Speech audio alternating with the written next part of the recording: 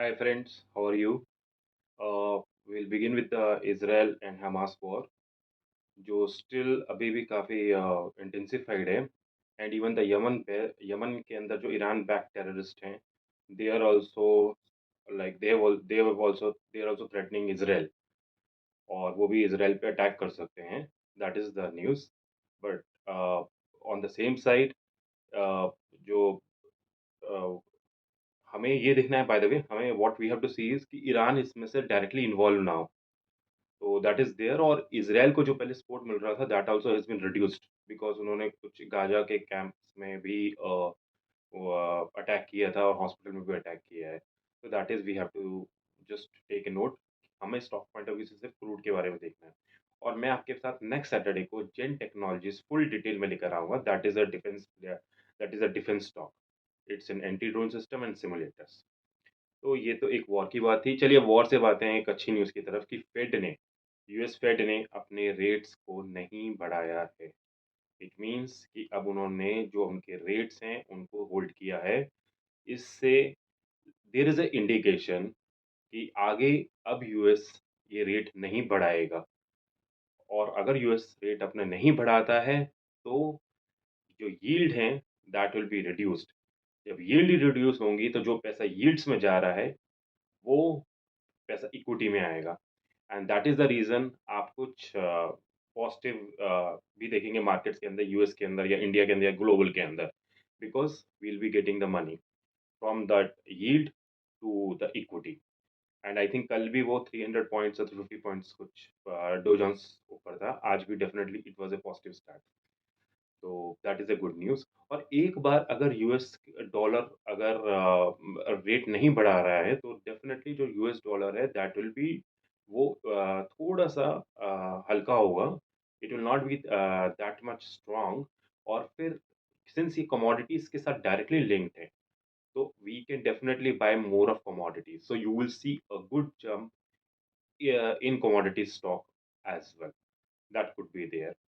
और यहाँ पे मैं आपको एक चीज़ और बताता हूँ. लाइक यहाँ पे यील्ड्स जो हैं वो काफ़ी आपको पता ही है 5.5 5.25 से 5.5 के बीच में है यूएस में. वहाँ पे जो लोन्स हैं, होम रेट लोन्स हैं, वहाँ पे 8% तक हो चुके हैं. पहले यही 3.5 या 4 होते थे और अब वो डबल हो चुके हैं. थिंक कि हमारे यहाँ पे जैसे 50,000 या 40,000 की किसी की ईएमआई है and the other person then the person has to pay 80,000 और 1 लाख. इतना ज़्यादा ड्रास्टिक चेंज आया लास्ट 1 एंड हाफ ईयर पे रेट इंक्रीज होने के बाद. वहाँ पे जो क्रेडिट कार्ड के जो लोन है वो 20% तक पहुँच चुके हैं. और वहाँ पे जो बिजनेस लोन है वो 5 से 12% के बीच में भी पहुँच चुके हैं. Earlier it was around 1 to 7%.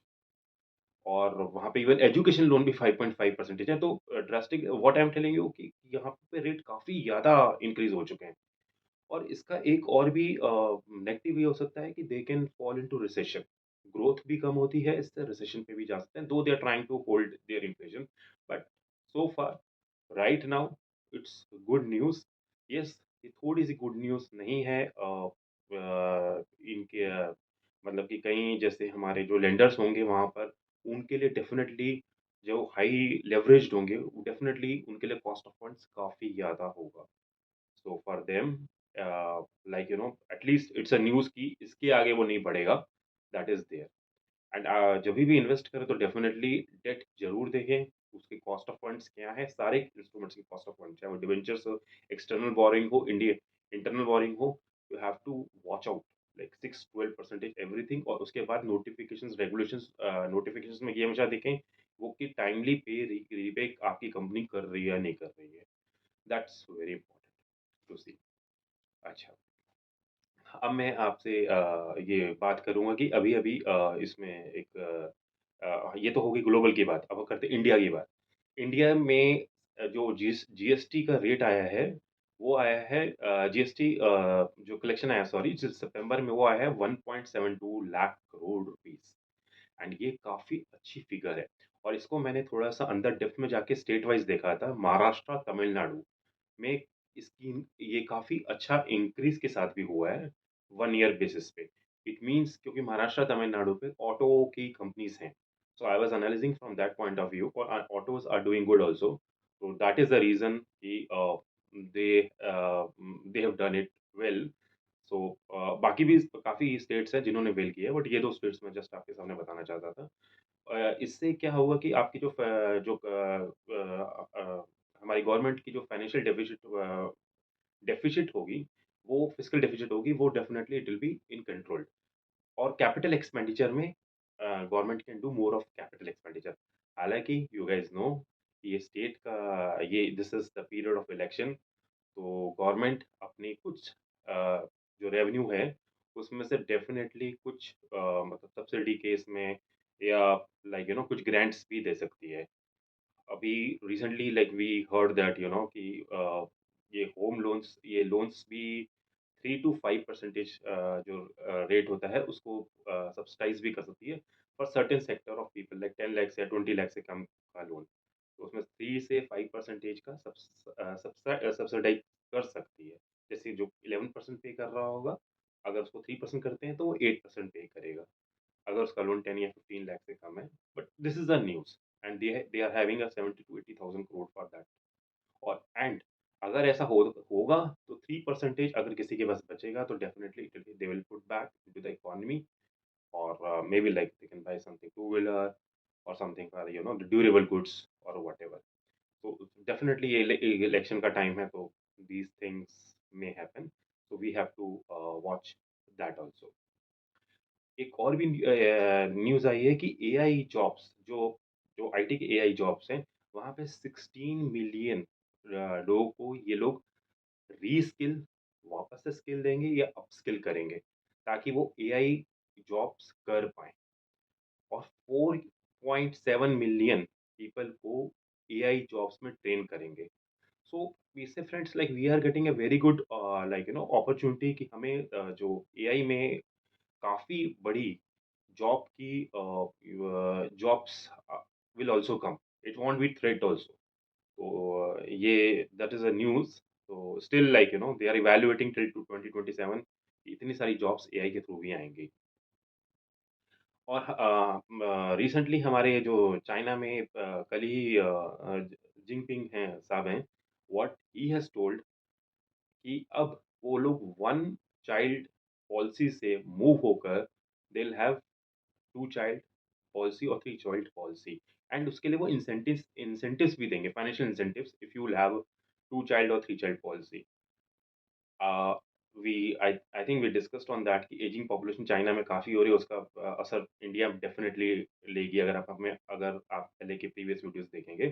तो this is what is going to happen कि अब उनको भी रियलाइज़ हो रहा है कि this could happen and this is transformation phase, so it will take more time. So उन्होंने भी इन financial incentives they are also thinking to provide the financial incentives और अदरवाइज़ उनको भी अपना जॉब पूरा एआई के थ्रू ही करना पड़ेगा। मतलब like if they don't have the much of the human people then they have to do some jobs in that on that basis.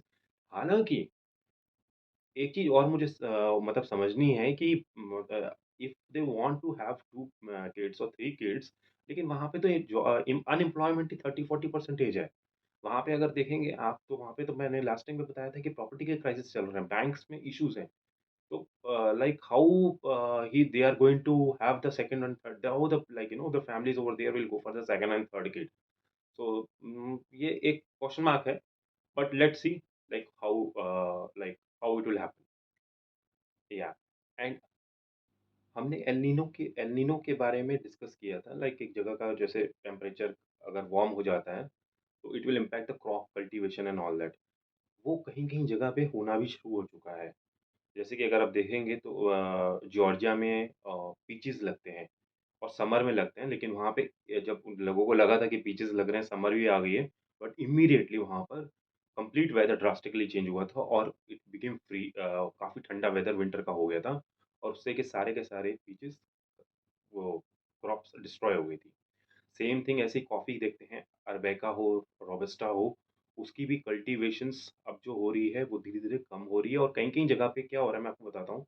जैसे कि अगर हम कुछ वहाँ पे पहले मैन्युफैक्चर करते थे सॉरी वेर हम कभी हार्वेस्ट करते थे, तो वहाँ पे अगर हम कुछ पहले हार्वेस्ट करते थे, वहाँ पे क्रॉप्स पैटर्न सब बिल्कुल डिफरेंट हो चुके हैं। हाल-फिलहाल में ही जैसे कि इधर महाराष्ट्र में शुगर केन हम लोग हार्वेस्ट करते हैं, तो वहाँ पे वाटर ही नहीं है। तो उसलिए क्या हो रहा है कि वहाँ पे शुगर केन में वहाँ पे हार्वेस्ट ही नहीं हो पाएगा। तो इस तरीके से काफ़ी चीज़ें जो क्रॉप्स चेंज हो रही हैं, जैसे कि ग्रेप्स हैं, जो वाइन के लिए which will be used for wine which will be as a raw material for wine, वो मीठे थोड़े हो रहे हैं और कई जगह पे तो वो ठीक से उतनी प्रोडक्शन भी नहीं हो रही है। तो दिस इज़ ऑल हैपनिंग कि यहाँ पे अनसीज़नल रेन्स होती हैं या आपके जो क्रॉप पैटर्न्स बिल्कुल डिफरेंट हो रहे हैं, जो पहले क्रॉप डालते थे अब कोई और क्रॉप डालनी पड़ रही है। दीज़ थिंग्स आर हैपनिंग और अगर 1% टेम्परेचर अगर हमारा रेज़ होता है, अगर हमारा टेम्परेचर सिर्फ़ 1% भी रेज़ होता है, तो व्हीट और राइस में 23% या 9% की डेफ़िशिएंसी आ सकती है। तो that was just wanted to highlight और कल मैं आपके सामने by the way friends Delta Corp का डिटेल एनालिसिस लेके आ रहा हूँ। Thank you.